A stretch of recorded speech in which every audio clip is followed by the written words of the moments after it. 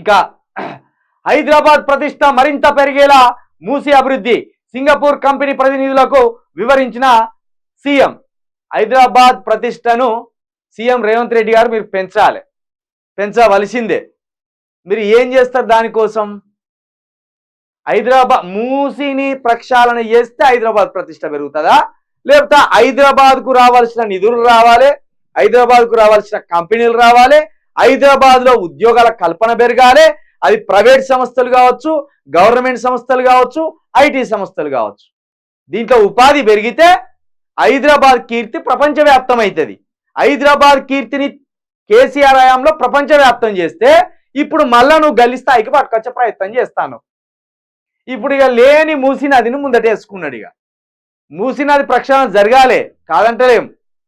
మూసీ నది ప్రక్షాళనతో హైదరాబాద్కు పేరు వస్తుందట. చూద్దాం ఏం చేస్తారో మరి.